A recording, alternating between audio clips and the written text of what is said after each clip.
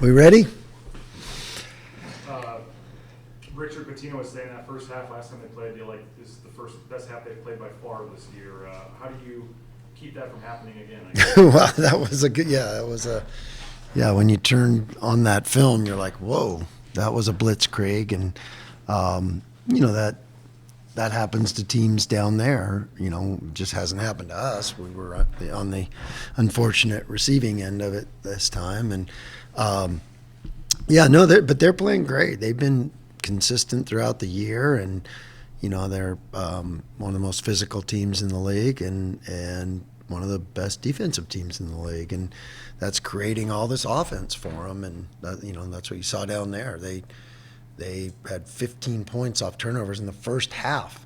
I mean, that's a lot for a game, let alone a first half. And that's a good place to start to try to eliminate some of those, because you think your offense can help try to prevent it. Now they're good at it. They create those turnovers, and they're aggressive, and they get after the ball pretty hard, and and they're good athletes. So all those things add up to turnovers for other teams. And a lot of those were fast break points too. I think 20 in the first half, 29 for the game. I can't imagine. I think it's season high, 29. Yeah. For an opponent.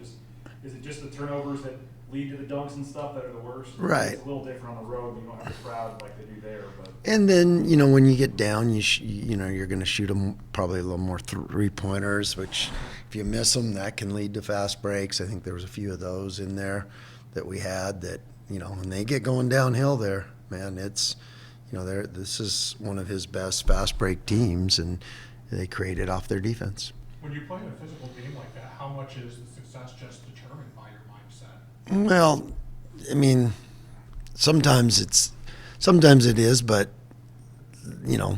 sometimes there's clips of how do you say it, where they take some swings at the ball, and you're like, I don't know if a mindset is going to help with that, where they're allowed to take a wild swing at it and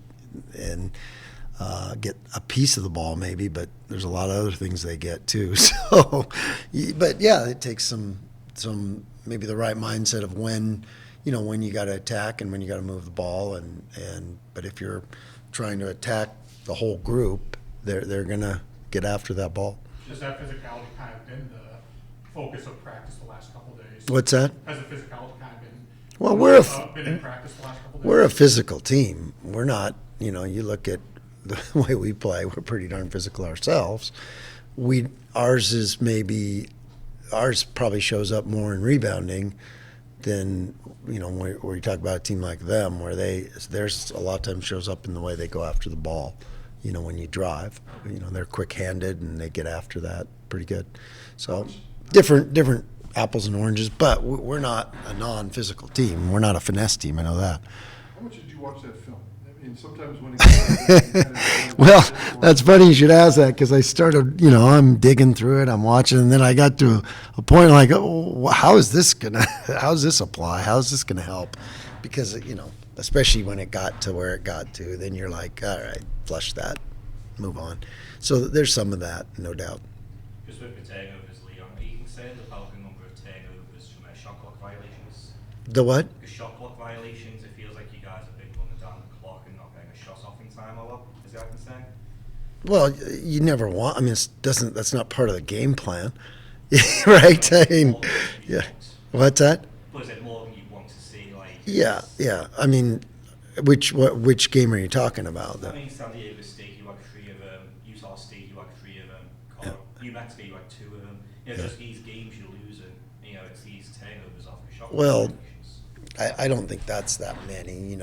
Because that can be a deceiving stat. There's times where you take them down the stretch of a game just to, those turnovers don't kill you. It's the ones for touchdowns that kill you. We'd rather have a, where the ones that when the shot clock's running down and you throw a terrible pass, or sometimes even a terrible shot, and now away they go. So sometimes I'd rather, kick it out of bounds and get back and let your defense get set. We had one team where we were great about that, and our defense is getting better. So, I think it's almost counterintuitive where those are probably better. You'd probably be better off holding the ball than to A, turn it over, or B, a terrible shot that gets them running. You'd probably be better off taking the shot clock violation. How different is the vibe when you play somebody for the second time? Like I'm looking this year across the league. It seems to me Yeah. whoever's won the first time has won the second. That's been Huh. true in ours. And New Mexico beat Utah State twice, and it doesn't seem like there's a Yeah. lot of splits. So Yeah, I haven't really noticed that as far as across the board yet. And then we've got a bunch that we haven't, that, we're cleaning up the second time coming up. So that hasn't jumped out at me as being statistically significant yet. But, yeah, it's and the dynamic of, like we played Wyoming, and it seemed like they were 2 weeks apart.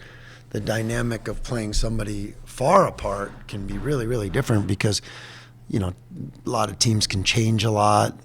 We always say it's not who you play, it's when you play them sometimes. Sometimes injuries happen to some teams, and so there can be so many different variables that go into it. But, yeah, you get familiar, and you kind of get familiar, you're familiar with the programs, and you watch all the tape and all that, but when you've played them, it is different.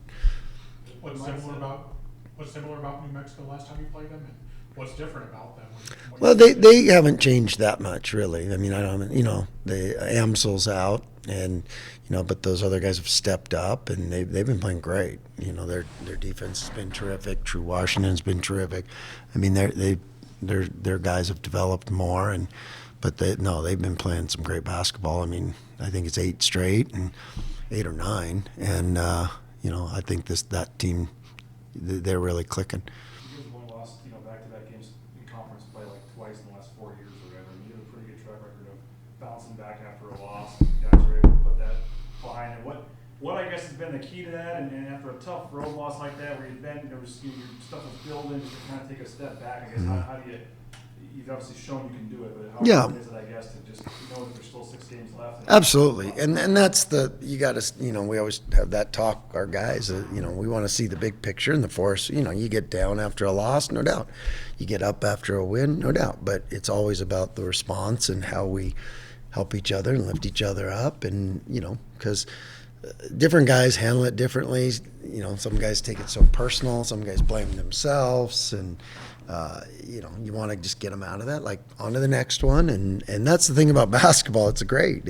We always tell our guys, life doesn't give you do-overs, but it gives you second chances. And with basketball, it's over and over and over again. And, you got great things ahead of you. Our numbers are still good. There's so much to accomplish. It's not like, that ruins a season. It doesn't.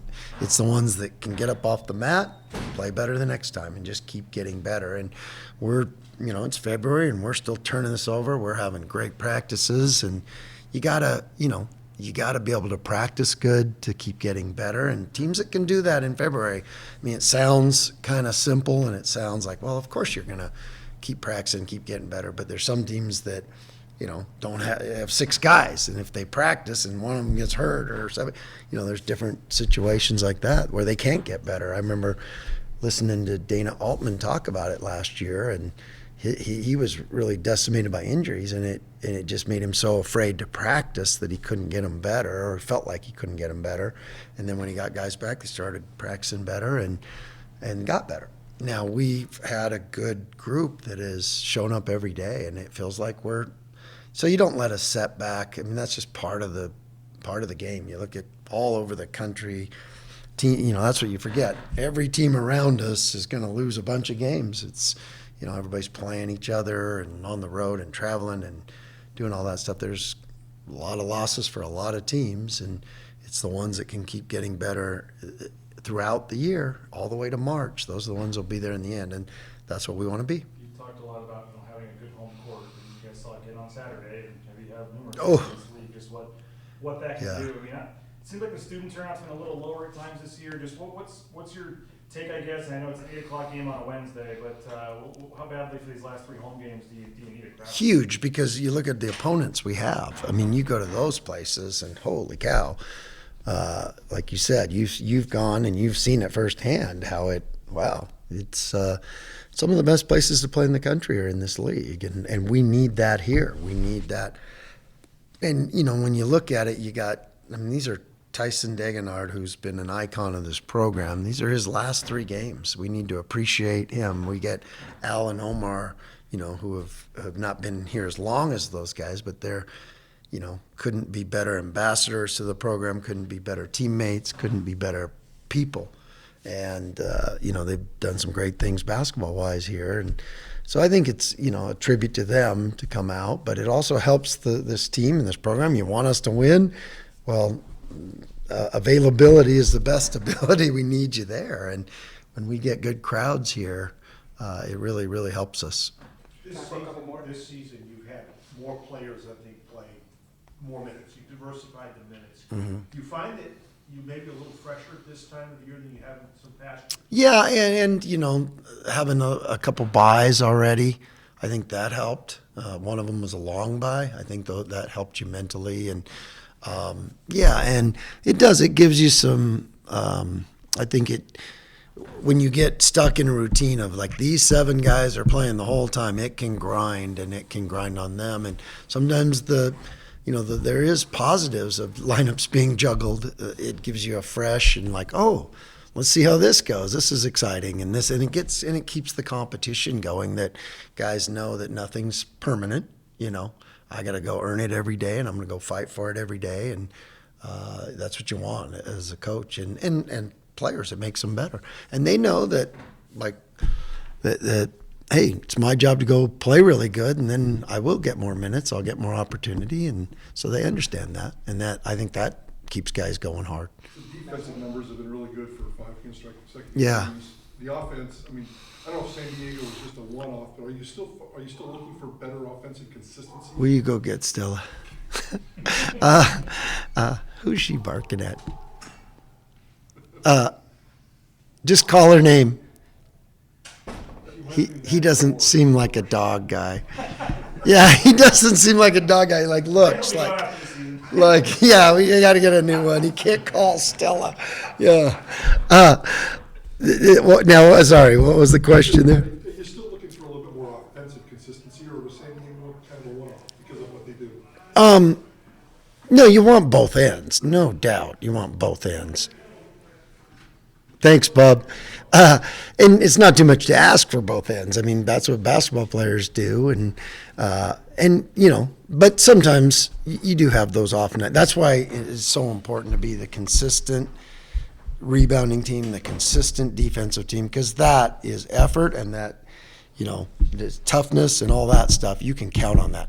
There's some nights, we've all seen them where the ball just doesn't go in and doesn't bounce your way, and well, you can win on those nights with the great defense and or put yourself in a position to win on those nights, and let the offense come around and then make a couple timely ones, and you're good.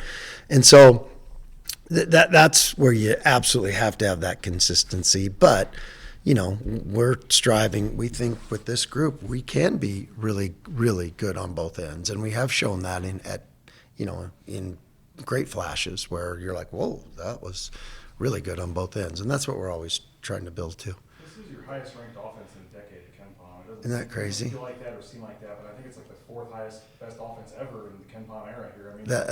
I think it's your worst 3-point percentage. Right. Here too. How do you look at the eye test? Doesn't always equal out, and some of the other Right. stats don't equal out. But how do you feel offensively? Well, and then that can be, the value of the 3 is when you can make threes, and we can, but you look at what our strength was. Well, our strength was San Diego State's defensive strength. Our strength was the 2, so you don't, want to tell these guys, well, don't shoot any 2s. It's been our strength. Well, you do, and they block 10 of them, or maybe more. And so, yeah, you gotta. But we do have that ability to make more threes, and that when we do, and we get clicking from there with the 2s, then look out. Then we're a pretty hard team to guard. Thanks, Coach. All right. Where were the pups?